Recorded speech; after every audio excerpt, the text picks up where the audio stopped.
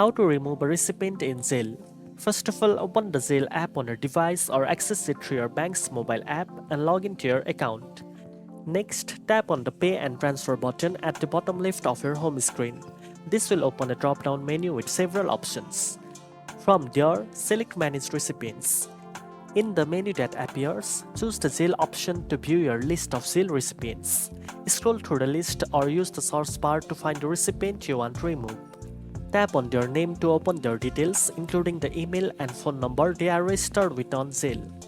Once the recipient's details are open, tap the blue Edit button at the top right. At the bottom left of the screen, you will see the Delete button. Tap it to remove the recipient. A pop-up will appear asking you to confirm the deletion. Tap Yes Delete Recipient to finalize the removal. The recipient will now remove from your Zelle Payee list and will no longer be available for payments unless you add them again. Now you know how to remove a recipient in Zelle. If you found this tutorial helpful, don't forget to like, share and subscribe for more finance tips. Thanks for watching and I'll see you in the next one.